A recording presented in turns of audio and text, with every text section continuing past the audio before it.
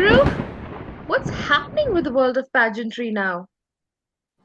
Miss Teen USA resigning, Miss USA resigning. What is happening?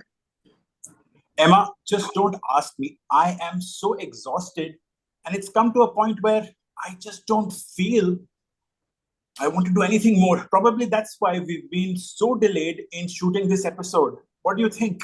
I couldn't agree with you more. I think it's time we stop being politically correct and address a very, very serious issue that is taking on the world of pageantry and making it so incredibly toxic.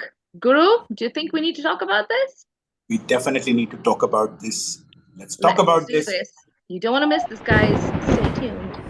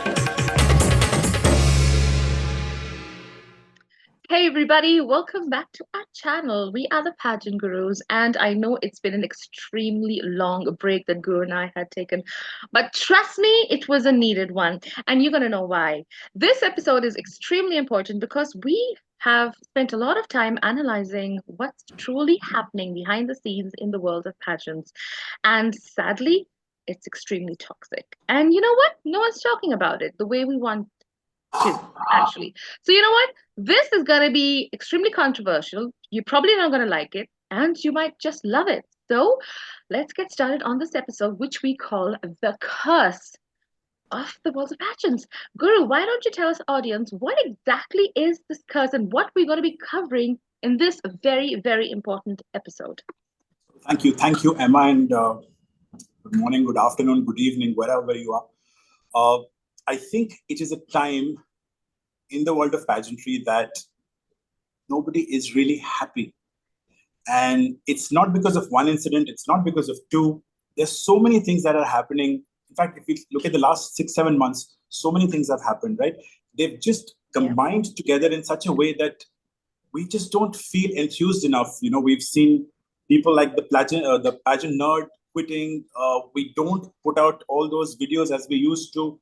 The whole trust in the fact that pageants are going to be held fair and square is really doubted. And it's become a business. We've seen behind the door conference calls and what their discussions have been. We've seen queens that have openly come out and said that, they quit. This is not the environment that they would want to represent.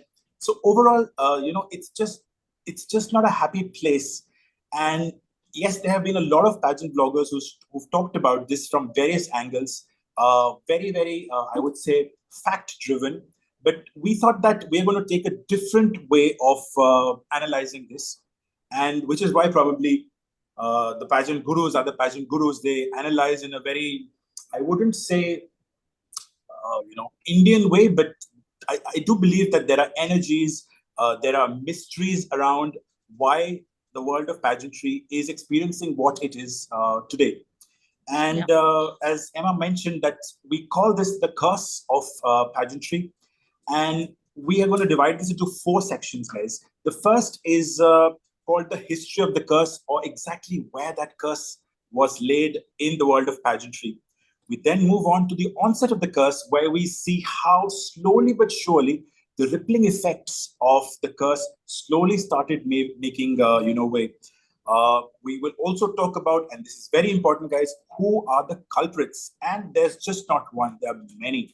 So the culprits are there. And also when it comes to solutions, the totka or the antidote, that's the last section that we're going to discuss. So, Emma, are you excited about this episode? Yes, we've done a lot I of am. research and investigation, but then it had to come out to all our viewers at the right time. And I do believe that now is the right time. Absolutely, Guru. I think you and I have been talking about this for weeks, and we I have think we shared have also so been much. cursed.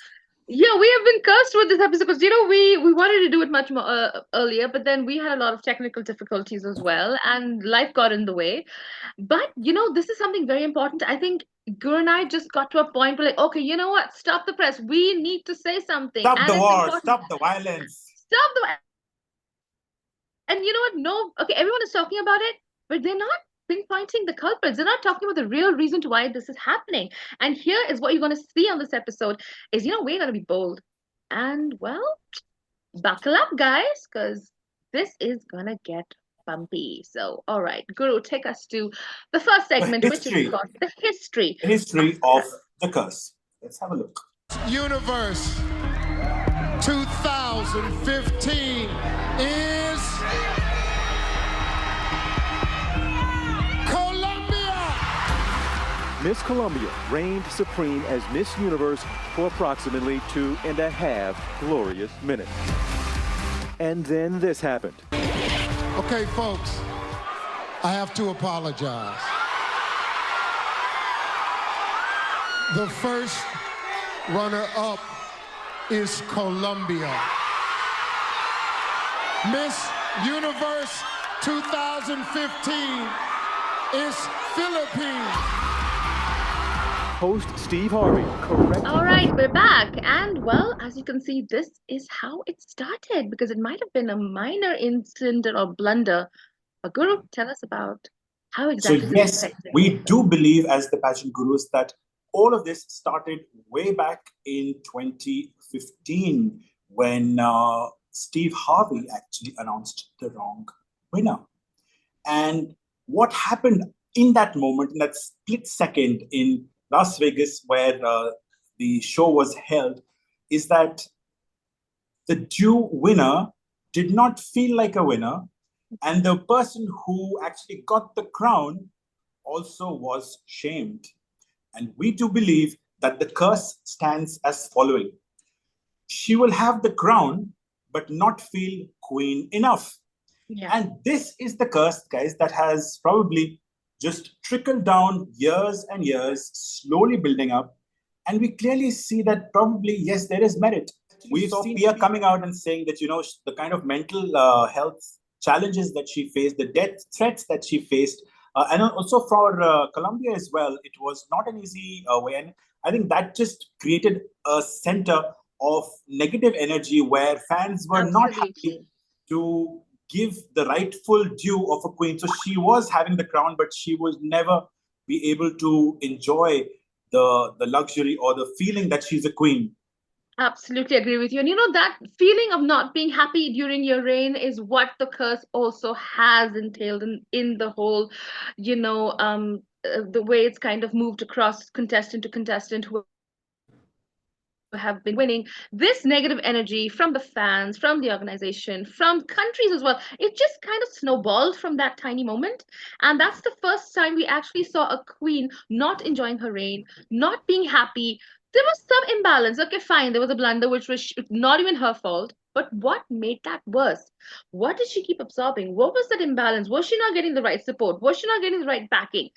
Why did it reach to a point where she actually became so depressed and so stressed out during her reign that we felt that we honestly noticed that it all started from that moment and it kept getting worse.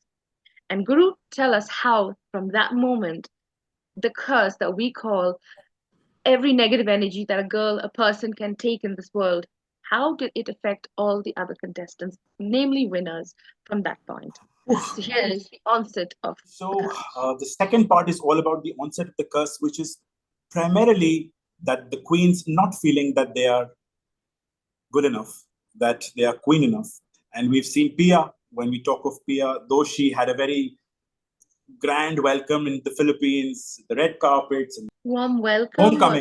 the homecoming when she came. But from inside, she was feeling not good enough, that she's just making a facade. She felt that she is not authentic.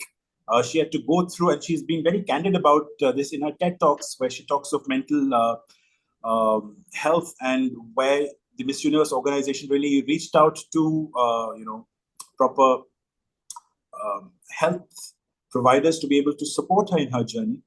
At the Yeah. same time, we saw that next year we had, Iris Mituna. In fact, Iris was one of the queens who actually was quite strong. And this I agree with you about Iris. The thing with Iris is European women don't take nonsense. And here's another thing why I feel that these Asian women did, because we are very emotional and we tend to absorb, and we are very, I would not say weak, but yes, we are very vulnerable. And what happens is that I think these girls absorbed a lot, but a European woman is not going to take that. Least of all a French, and everybody know how powerful French women are, and they're very bold. And I think it's just they did not try to let it affect her. And when we talk about they, you guys are going to know who we're talking about in a bit. So I think that's probably why I agree, Guru, that it just took a pause at Iris's reign, and then it began again. But And you never know. Actually, one can never be sure. Yes, hasn't come out from her, but doesn't mean that she's we not don't know spoken what's about. happening. Yeah, exactly. We don't know what's happening behind the scenes, but then we have some very good information, inside information to absolutely validate everything we're going to be saying on this episode today. So we know that it all comes from facts. We can't name people, but trust me, we know truth. We know things that have happened. And the And fact is, then you're right. Maybe Iris did not speak about it. Maybe speak she about it. won't speak Yeah. about it. Maybe she's stronger in a little way, but I'm not saying any of the girls were spared by this curse. Um, and I think it just became worse. So what happened after Iris's So reign even and Iris, how? after Iris, we so for Iris, though she might look that she's very demure and she's very soft, but Luciera, in fact, told us that she's a very strong woman and she's very strong-willed. So that is probably one reason why probably she has not been very vocal about the Yeah, fact that what she was going through, but doesn't mean that she wasn't going through hell. After that, we absolutely. saw the likes of Demi, who also in her recent book talked about the fact that how one day she was like a queen, and the next day when she's about to give up her crown, she was like, okay, I don't know who I represent. So while girls during the Miss Universe are put in that pedestal, the Yeah, very next time when they don't have that title, though they keep saying that once a queen, always a queen. But then she too felt that, okay, now what? There's an identity crisis. I cannot live by that name forever. Then we have the likes of Catriona Gray, who recently opened up in her in an interview, talking about the fact that she really felt that when she would become Miss Universe, she would or the organization would stand by her and make her do propel causes that are close to her. But yeah, unfortunately, it became more of a publicity or a PR or the sponsors' appearances, and less about the work and the yeah. advocacy. So that was not too good. Then we went to Zosie, who was again bashed left, right, and center for not, conforming to beauty standards, Hmm. especially when the Puerto Rico did not win. And in fact, the next year there was COVID, and then there was Andrea Meza, who again, many people contested why she has actually won, and again there were threats that she should be killed. Harnaz's case, we've done enough and more, guys, on our channel to talk Yeah. about how just after her reign, she started gaining weight, and we did not think that it's going to snowball into such a big disaster where her reign would be marred by just people bashing her left, right, and center. And You know, it's very sad. and it was Harnas's reign that we saw a tragedy with um Chesley Christ. Christ. And Yes. that is what we feel that her energy really saw a lot. And I think she wanted to speak up, but she could not. And I remember after the incident came out, there were a lot of people associated with Chesley. They were talking about her saying she should have come to us, she should have opened up. That's not how depression works. That's not how it works. When you don't have friends at that point, you truly don't, because you're not comfortable enough to open up. And when you're in an organization as this, you are absorbing so much, you're seeing so much, you are not in liberty to speak about. These girls have been holding on to all of that. And I do feel that it's very sad, but it was an eye opener to what happened to Chesley, because it's just not something she personally struggled with. Um, People say that she already had depression and whatever, but there's something that pushes it to the limit. And we never saw her peaceful. I could not see her peaceful in all her appearances that she did. Very true, Even Emma. the You know, one when in fact, Hernaz was crowned. she, There was always yeah, something in the back, you know? she And if she was was truly happy in the this presenter. environment, she would have had one friend. She would have had someone to turn to. But this is what's alarming, Guru. The fact that this over snowballed, I think, with Chesley's incident as well. And now everything that is erupting from that point is hinting towards this issue being there for a very long time, which we've not noticed before. So now it's coming out where people are like, okay, I am done and I'm going to speak up. So you had Harnaz. And then after that, you had Arbany, who we know had a traumatic reign. And then you see Shayness. Shayness has changed. I am not seeing that radiant, beautiful girl that I saw on that stage that night. And I think for a fact, Michelle, she escaped. She escaped a bad time, because you know what? I think it was a blessing for her not to make it, because they would have messed it up. And it's really sad, and it's showing it in Shayness's appearance now. She's not happy. So the rains have been bad. It's been snowballing, and there has been something behind that has been creating it. How much can we blame the toxic fans, Guru? How much can we blame the organization? What do you feel? This is something now I want you to You know, explain to us. so we spoke about individual winners, and Emma talked about Chesley's, her death, and that was one kind of clarion call that wake up.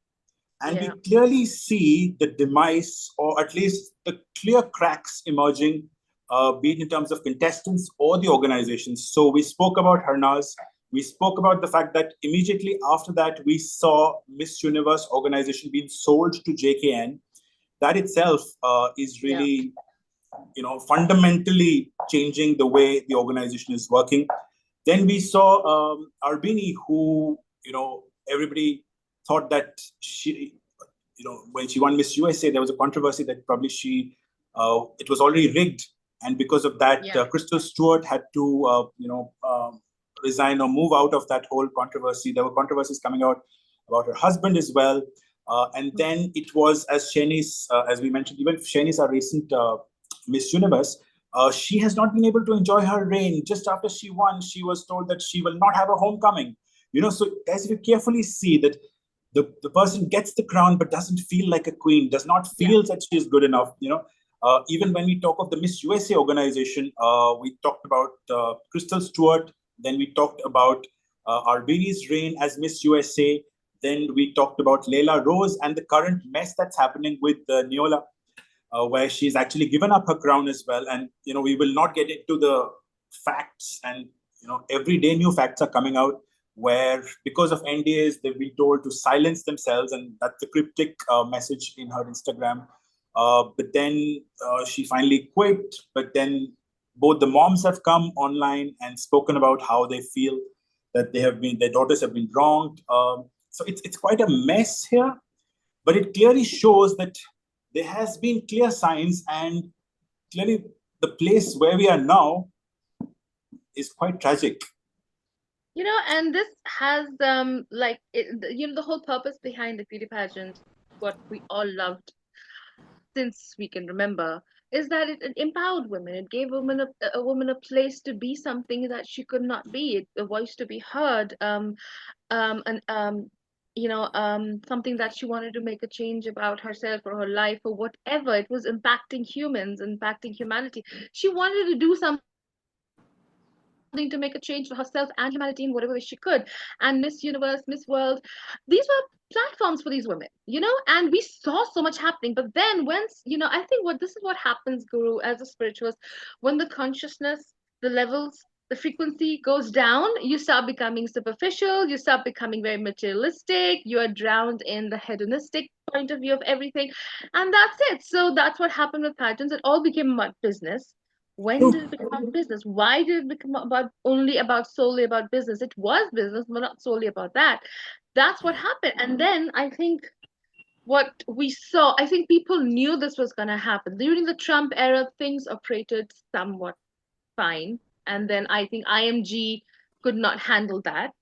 Um, for some reason, I don't think it was in the capacity to handle something like that. And the biggest blunder that ever happened was JKN. And I think that if the beautiful soul of Chesley Christ, if there was something that she knew and then she felt that, okay, you know what, these girls are not safe, these girls are speaking up now. So for me, I see it in a spiritual point of view, like, okay, karmic, it's a karmic thing that is coming back out. It's the karma's coming out, that it has to be shown some way. The truth will come out. You cannot hide the truth for so long. And there is a very, very, very dark side to beauty pageants right now. And you guys cannot even imagine how it is. And trust me, it's gonna get way worse than this. So you guys need No, to you make a lot of sense, Emma, because the whole purpose of these pageants is to get a platform, to get a voice. And what we've seen in the recent past is that either their voices have been silenced, yeah, or there is, whenever they want to go online, they only get hate and trolls. So they're just blocking. In fact, Miss Universe had to go up with, being clearly stating that they don't subscribe to any sort of bullying, and they had a kindness campaign as well. And it just shows that something that really was, a trump card for these women have actually come to a point where they're really getting suffered mentally, physically, emotionally, spiritually. And that, guys, we don't feel that's right. And we will dovetail into this very important third element of our topic, which is who are the culprits? So exactly. Let's have a look. I do believe that there are three levels to where the problem lies, and it lies first with the organization itself. I do believe that it's the organization's mandate to make sure that their winners truly feel safe, they feel heard, and they feel that they have not just won because of publicity for that night, and then after that they are at the mercy of the organization to really reap money, get sponsorship deals, but they should feel like a queen. Otherwise, there's no point in calling them a queen. There's no point in having a crown on their head. Then it is just like any other job. So that's Absolutely. the first level at which we want to clearly. I do agree with that because yes, Guru, you're very right. It's their responsibility to make sure and ensure that their reign has been a fruitful one as well. Because based on the advocacies, these girls have really worked hard to make a difference in the community and to promote a cause that they feel very strongly about. So it is the organization's responsibility to make sure that happens. Sadly, we haven't seen that with many girls. Oh my God. And also to add to that, the fact that when it comes to judging, they incorporate that as a key element of their reason for choosing a particular person. It's their advocacy, how much they worked. But then when it comes to after effects of winning the pageant, then none of that really gets counted. So the girls do feel, I would say, cheated. Absolutely do. It's like going for an exam of physics, studying for physics, and once you've joined the university, they're teaching you Kathak. It's ridiculous. It's ridiculous. Arbani has such a important advocacy about trafficking kids and rehabilitating them. And what happened? She was just doing tutorials of making, recycling garments, and that was it. And she was not happy doing that. It was like, okay, yeah, give her a sewing machine and take some videos. She did not want to do that. The girl wanted to do more, and nobody gave her a chance to do it. So yes, and there was, I think Harnaz did a little bit, and then what happened? She got into depression. She was absolutely sidelined, thrown aside. And well, we knew what happened to her. And what's happening with Shayna's? What was her advocacy and what is happening even now? So yes, what is the organization doing? Is it all business and promotion and endorsements and them holding the creams and the bottles of water that none of it came out? What is happening? And even if we see JKN, she said that it's going to be a fully owned by women, and within 1 year now she's half of the owner, right? With a man coming in as well. So it's just a very tumultuous time for organizations, and they should have their act very clear. Otherwise, you will have more and more contestants and countries withdrawing. they would not have people who would feel comfortable. And that's exactly what Miss Diva organization did this time, where they said that we are not comfortable in being the one who will select a representative for this organization. Probably sometime in the future, yes, but probably not at this point. Next, who is next? Who's the next culprit? Well, I think clearly the next ones that aggravate the situation or amplify the stress of these contestants clearly are the toxic fans. And we're not talking real pageant fans as you guys who tune in, sincerely support contestants, sincerely support whoever wins, and share your views. And you'd love to debate on it, have a healthy debate. Not you guys. I'm talking about the toxic fans that just love to bully. And Guru, I feel that they make up, I would say, at least 40% of the madness that these poor girls go through. What do you think about that? Absolutely. Today is the time of social media where that's where the voice is, that's where the conversation lies. And when, you enter that space and all you get is brickbats and comments that make you feel that you're not enough, that you're doing something wrong, that you better shut up. You just would walk 2 steps back, and it's so debilitating. It is so discouraging. And for these queens to be able to reach to that level really takes a toll on, their health, on their psychology, on their basic questioning their belief that they're actually a winner of a pageant, and that's where self-belief gets rocky. And again, that leads to challenges with these women, because now it's very easy for any one of us to go and start trolling or to write something, which wasn't the case when there was no social media. So yes, the queens at that time probably were spared. So it's more of a social media rather than fans, I would say, because social media has its pluses and minuses, and if there is a way in which I think this just doesn't impact pageantry, but across all industries, So it does. I think social media needs to be somewhat regulated in such a way that you don't feel that, entering that space is going to be. The thing is, like we spoke about this, social media is so it has its plus points and its negative, obviously.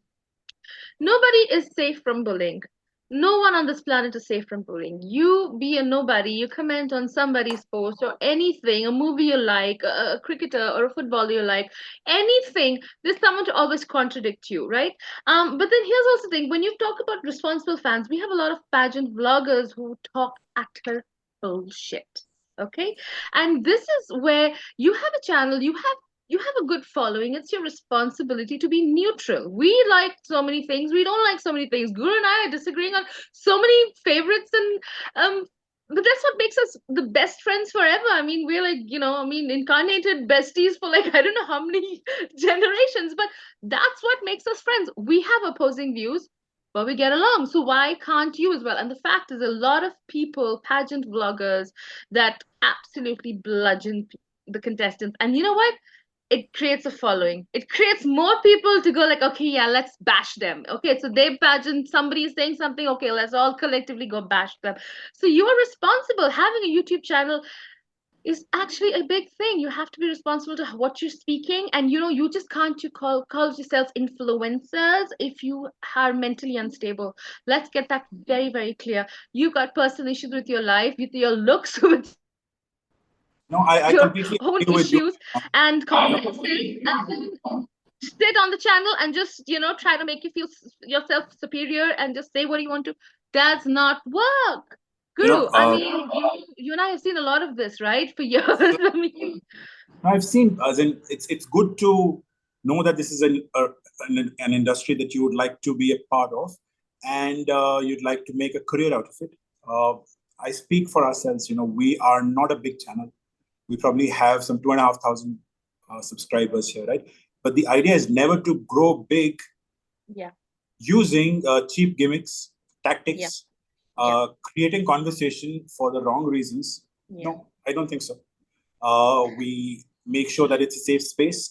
We get opposing views and we make sure that we respond to them individually.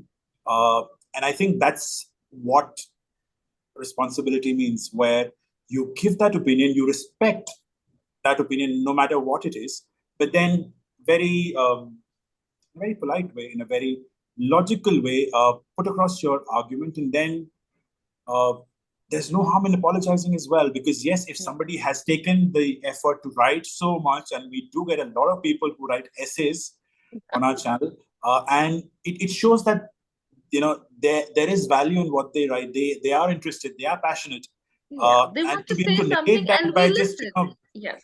negate that by just blocking them, that's not our way of managing this. So No. very rightly said, Emma.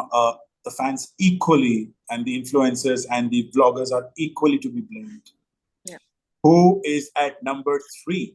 Oh my God, Guru, I have got my gloves on for this one. My God, because you know what? I got a whole lot of things to say about this. The main culprit that I feel that has made it, made it all about themselves, who have put down contestants, who have actually made their life a living hell. I'm not generalizing, but I'm saying the majority of them are. And these are the national directors. And Guru, I have so much to say about this. I know you have a lot to say about it as well, but I'm going to just start off with saying one thing is that you have the national directors that I used to see, I'm saying 10 years ago, was very different. I mean, it was a family. It was like you're part of me, my life, my desires, my passions. To see a contestant, a Miss India, go ahead. It was a close-knit relationship. It was a respectful relationship. That does not exist now, because now these relationships with national directors and contestants of each country, it's become more of an ego trip. It's more of the fact that they can't achieve what these girls can, so they're living their dream through these girls. They try to nurture them, but they're not, they're absolutely not. And there's so much to talk about, so Guru, I'm going to have you start first, and then I'm going to come in between with what I need to say as well. So I think this is you, the national director. you rightly mentioned about the fact that it's their responsibility, and they should take it as a sacred responsibility, because it's the national pride that is going to represent at a particular pageant. It's not the fact that I am the one who is going to send you. It's not about I, me, myself. It's not like the selfish big giant that I am doing a favor onto you, and you are at my beck and call, and you should be thankful that you have got this position. And I think many of the directors here also come from the fact that they have had previous experiences in the pageant industry, and somewhere, probably there are some beauty queens earlier that have now become national directors or mentors. But I do believe that they should let the queen themselves unravel her own potential. Yes, you can go at them, you can give them slight adjustments, rather than saying you wear this, and this is the best, you look great. But the girl should feel that she's looking great. And that's where, I look at Pia, and there was a time where she wanted to change the color of the gown that she wanted to wear for Miss Universe. She always wanted to wear a blue gown, and she had to really struggle to get a yes from her national director. But I do feel Exactly. these, national directors are middlemen, because they are the the layers Yes, they between are the the link for the organization organization and directly the girl. you, correct? And That's they where they totally kind of agree with you. get their They have a their huge ego ego. problem. Yeah, here's the thing. They have a huge ego problem, and they, like you said, it's horrible. Why should a contestant beg for someone to wear something she wants, do something she feels that she's good at? The problem is here is that they think they're better than you. They think they own you. It's a domination. It's not a celebration of two minds coming together to create something wonderful. It's not a celebration, it's a domination. That's what these national directors do. They have the biggest egos I have ever seen. They have arrogance, and they're like, oh, I have interacted with so many and I've had a nasty experience privately. Obviously, I've not expressed it to them on their face, but if it ever the opportunity arises, I would. The point is that these directors have so much of, I don't know, what to think. It's to a point, Guru, I feel they're like, you won because of us, you're here because of us. If you progressed and if you won the crown, it's because of us. They don't really acknowledge the girl as much. I feel that they put themselves first indirectly through the girl, and the girl loses her individuality. She does. And I have seen that with many contestants that they don't feel happy. They're like, okay, maybe this is supposed to be done, and they have a dream of doing this all their life, so they just go along with it. They become submissive to this nonsense, and they're just going along with this, like, oh, okay, fine, I'm in this industry. Maybe this is how it works. Maybe I have to go and comply with all this. And I have seen national directors dress up pretty girls like drag queens because they like that kind of makeup. They don't try to understand the contestant. They don't try to understand the person, the girl, and they're young girls. They're impressionable. You have to let them shine. You have to let their uniqueness come out, and you're not. So it's like, I want to see you in this. I want you to do this. And they end up looking like idiots. And I'm not sure what exactly happened with even our darling Divita Rai with her gown selection. Why couldn't she wear what she wanted? That was a disaster. So I'm like, was she actually going to choose that? She had a different choice. We saw something else. What ended up happening was a disaster, regardless. Okay, so the fact is, the national director was useless. And she really had no guidance, so we don't know what happened back there as well. So it's tricky, and there's like Harnaz wanted to wear an orange gown, so but then they chose the silver, so they put a little orange material cloth into the gown so that she felt it. She won. So you know what? The girl had orange with her. Probably she feel that was my lucky color. That's why I won. So why are these hindrances so much that they are just to help you be strong, be bold, be your best, not make you submissive and subservient to them. So these, and oh my god, I have interacted with people who have told me that the national directors really demean you if you don't place. They demean you, they push you aside, they really don't have any opportunities that they want to promote you with. They try not to do that. They are very biased, extremely biased. And in a nutshell, the bunch of losers with big ego trips, somehow getting that position, somehow being there, and they're messing up a child's life. And they, I think there are two parts to this, Emma, that I'll add. One is the fact that, because these girls are young and impressionable, the national directors paint this huge picture that, you are going to make it big in life and you have to do this. And yeah, the girls really put in their heart and soul. And probably now yeah, with this universe age limit getting opened up, we might see a backlash where they'll say, to hell with you, I am independent. yeah. I can source my own There's a gown. 60-year-old just You got know, crowned, right? I think that's the first. I think the other thing is that if your contestants don't place, you should still support your delegate. And we've seen many occasions where people have just walked out of the finals because their contestant did not make it to the Yeah, semifinals. And yeah. that just makes the girl feel so ashamed. She doesn't know where to look. It can be so They heartbreaking break for these down. girls. They go through mental trauma. They're trolled online, and then they probably, and then many contestants after the final, they're trolled online, and no national director has given them the support or love or caring, anything, or just hug them and say, you know what, girl, it's fine. Or if there's any backlash, I'll handle it. I'll speak up for you. I'll guard you, shield you from all this. Tell me who did that. They don't do that. And when you see them, they're all arrogant. It's like, you are wearing the crown that I put on your head, that because of me that crown's on your head. And we're gonna play a clip now to show you just a random national director with the biggest ego I have ever seen in my life wearing the crown. So take a look at this.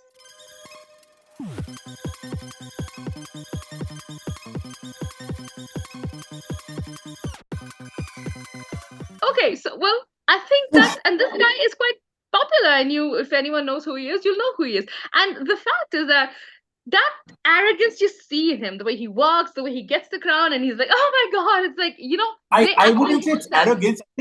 I think they live in their own world. They're You know, lost in their world.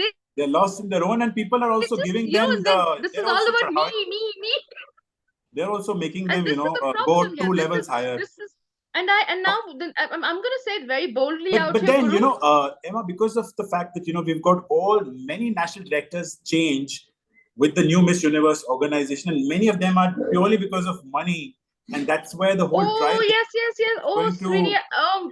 I was just gonna say this, Guru. The new list of the national directors are coming up, and I'm a soul reader, so I can read the people's eyes very easily. All of them are so scary. I'm like, oh my god.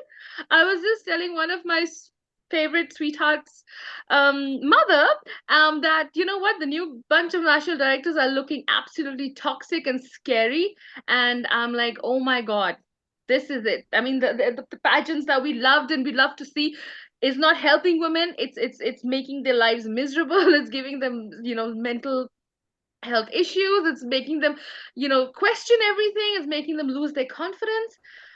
No, this is absolute nonsense. I feel like you can blame the fans so much. You can just blame the organization so much. But if you have a good national director to help you deal with this, knowing that the organization is this way, knowing that fans are going to come at you, a real director will make you strong. He will make you confident. He will shield you, protect you, safeguard you from all the nonsense and help you shine. That's what a national director means. And I was having this thought, Guru, do you think, I don't know if it's helpful, but national directors should only be given to previous contestants of that country? Because I feel then they understand each other better. And then I think a lot of problems will go away because you know what? They'll know what it is to be a contestant, what it is to be on stage, They've been in go their through shoes. that, and how it is to be it, whether it's a woman or whatever. I think, yeah, a woman could do a better job. But sometimes you don't have to have all of I do those feel things. that But I if think previous suppose, contestants, yeah. even if you don't, national director could be one who has the money and has the business understanding or knows how to get the resources.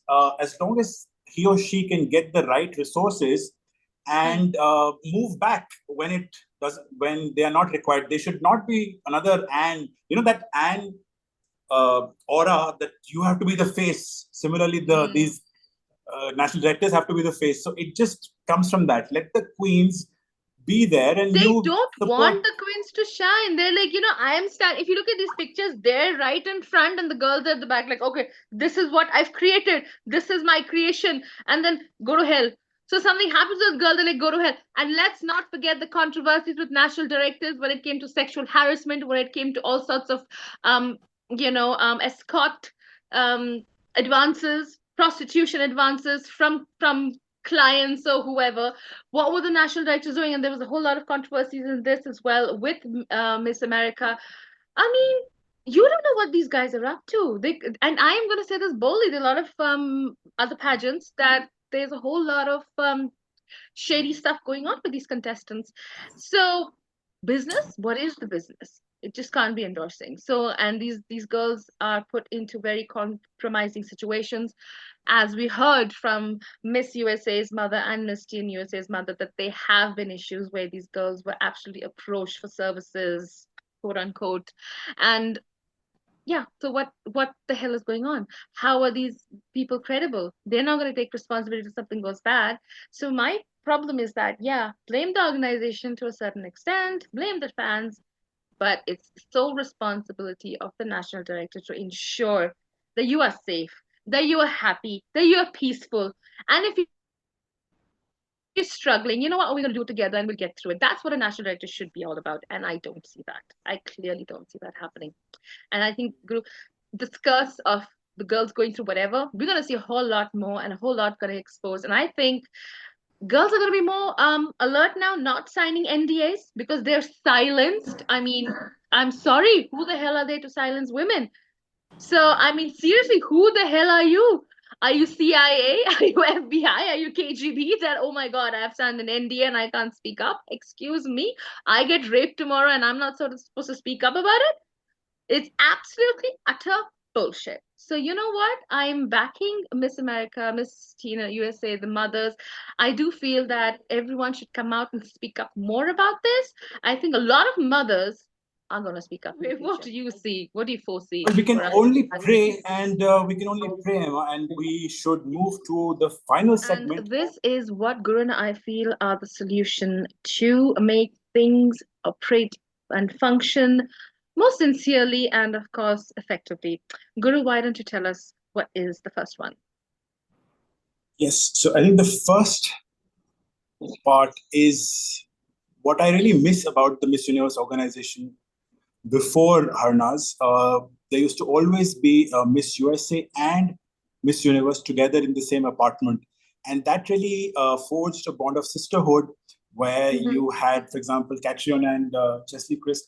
as well as Zosie, they were together, and that really forged a lot of nice bonds, which really would help any winner True. during good times and bad. So I do believe that the Miss Universe organization should have um, arrangements for either their family members to be there, because now since they're going to open up to mothers or to wives, so the partner element, which is currently missing, that would only really resonate with. I think that would really help. That's the first one. Absolutely, I agree with you. And for me, I think the second most important thing that I felt that can make this um, not so toxic is the fact that I don't think any contestant should sign an NDA during her reign with her national director, because this was extremely scary what happened. Like something really bad happened and she could not speak about it. And the fact is she cannot speak her entire life about it.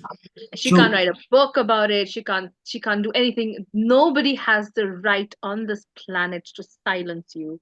And if you want to speak the truth, nothing in this universe has the power to stop you from speaking the truth. So no signing of NDAs should be allowed. So that's a very important issue I have. And what else do you think, Guru? I think you made a very relevant point. What happens is the moment these girls are made to win, they have to sign it or they don't win. So, it's not comparable It's an where they are emotional given. blackmail, yes. Yeah, it's not an equitable choice to say yes or no. It's not equal. There's no parity. So Yeah, and they end up the just signing it. clauses are not like you're not to disclose how much money you got or what your addresses or phone numbers or private information about the organization or the people you're working with. It's not that. It's about your voice. They're silencing you. That is nonsense. You're Mm. not a spy. You're not doing espionage. You're not with the, MI6 that you need to sign an NDA that you just cannot speak at all. That is absolutely toxic. So you know what? No NDA signing. That's step number two. What do you think of step number three, Guru? I think I'll continue with the whole support system that the winners should get. And this time it's all about, having proper mental health services available. And at the same time, for example, the talent director, which was Mama Esther Swan, who was always there throughout the Queens, really helps these Queens to have a confidant. And I don't see that either for Arvini or for Shanice. I think that's it's a good investment that the organizations can make. Extremely. So yeah, for me, Absolutely it's about mental health and getting the person next to her in her daily travels just to be there as a buddy. Keep her balanced. Yeah, a spiritual counselor, a mental health expert, someone, whatever the person can relate to and feel at ease. You need someone to absolutely keep you balanced during this. It's very chaotic, especially when you are on a world stage. So absolutely agree with you, Guru. For me, I think number four would be the fact is that people should not forget that the contestant is the reason why she is where she is, and she has won out of her own merit. And the whatever influence that she had, training she's had, whatever she had, probably plays about 25% of building her character to be powerful on stage, but the rest is definitely her. So I do feel that the contestant should have absolute control on her choices, whether it's her costume, her advocacies, her endorsements, the events she wants to go for. She should have a clear say on her life, on her reign, and what she wants to do with it. And it should not be overpowered by any national director or the organization to that extent where she drowns and we lose her personality and her individuality on that. So that's a very important one for me.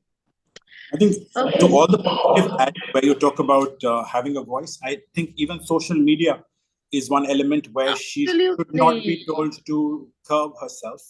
Hmm. And I do believe that, there is this whole garb about being politically correct, and Yeah. we beauty queens are not supposed to speak out. I do believe that they have a voice, they have an opinion, and that could be respectfully not in line with the organization still. And that will make credibility shoot much higher for such organizations that, Yeah. okay, we believe in ABC. Yes, you've Yeah. won, you're the queen, and you have your own choice. We respect that as well.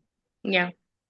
People can coexist, organizations can coexist, and that's what we need to cultivate. True. True, absolutely.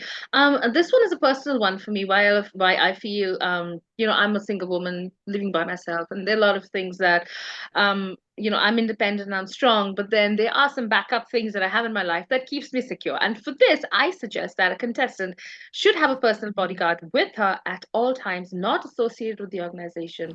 Something that is part of her life, that can be from her family, that can arrange this. Also, a lawyer, a personal lawyer with her at all times. This can ensure a lot of things from, you know, going into a dark side, because we have seen these girls taken to events and showcased to rich people, and then really horrible advances being made in private. So I think a lawyer being present, her personal lawyer and a bodyguard, is essential for any woman in a world stage who is in the limelight, who is associating with people on a large scale, who is in the media. I think it's important for any woman to have that. So yes, a personal bodyguard and a lawyer absolutely present around her in her life during her reign. Definitely. And what And I also else do you feel, think? that the root chakra of the organization has been Mm. destabilized. So Oh, I do feel some miserably. balancing, some cleansing needs to be done. Probably chanting and just getting away with How the about, negativity. yeah, if you know, in India, whenever we start a business, whenever we start any venture, whether it's going for a new job, getting married, going into university, we always consult a spiritual guide. He can be from the temple, he can be an astrologer, he can be wherever, but we always talk about things being auspicious. And there are a lot of things that were never auspicious with the organization. I think the first thing I called out was the The crown with the blue crown. sapphires. The blue sapphires are a very, very negative stone, and it can kill you or make you. This is one of the reasons. I mean, it's out of the blue. I'm just saying it, that Kate Middleton, bless her heart, we love her and we wish her well, a speedy recovery. She wore the sapphire ring that Princess Diana wore, and it didn't end well for her.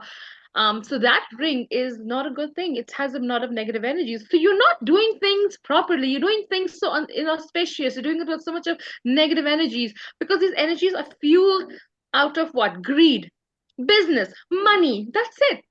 Now, when something grows out of that, it will never have a good effect. And if you think about pageants before, it had a beautiful meaning, and that's how it blossomed into this world of pageantry we all loved. But now what's happening is the root, like you said, the root of it is so corrupted.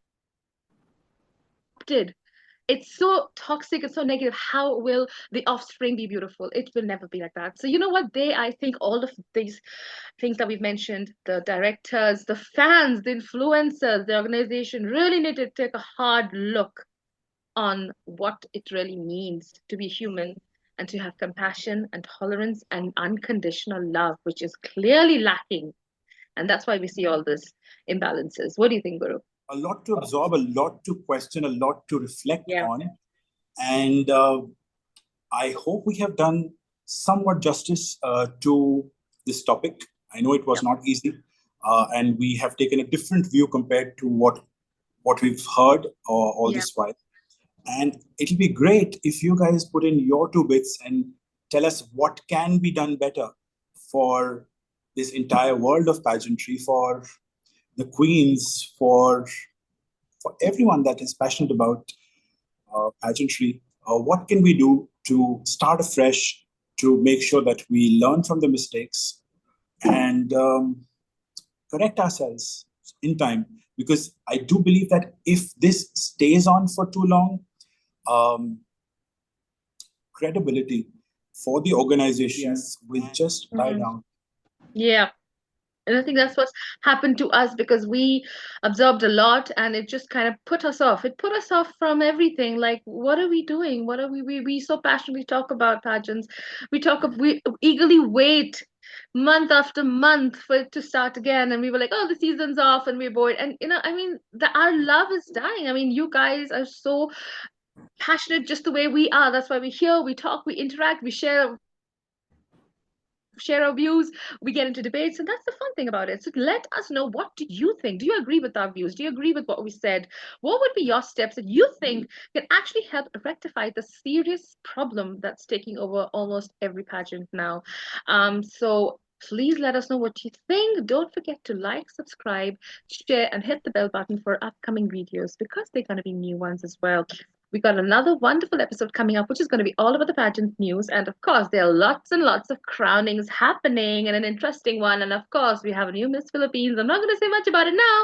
We were going to talk about it on our pageant news segment coming up in our next episode. So, Guru, we're going to talk about something fun in our next episode because this has been a super serious one. And at least for now, I'm happy because I said all I wanted to say. Yes, And at least the I'm curse thinking from of us has lighter. moved out. I Yeah. just hope we're able to upload this video. We hope we can upload it. It's been a disaster to do this, but I think you know what? We actually persevered through this We and shall persevered through overcome. life. Yes, we're going to overcome this, and we finally have recorded this with a lot of technical difficulties we've been facing. You guys have no idea how much editing has gone behind this video. So, but nevertheless, we love you guys. We love pageants, and we'll always love pageants, and we'll always want the best for it. So we'll always speak our heart, and we want you to speak your heart. Let us know what you think, what you feel, and what you want to see in the future of pageants. So I think that's pretty much it for now. And I hope you had a wonderful, blessed Sunday. It's super, super hot where I am. There But is one. keep cool. So here's hope Stay we positive. take out the pain from the pageants and let's all enjoy the new week coming ahead. So all the best. Good night Take and see care. you very, See you very later. soon. Shukriya. Shukriya.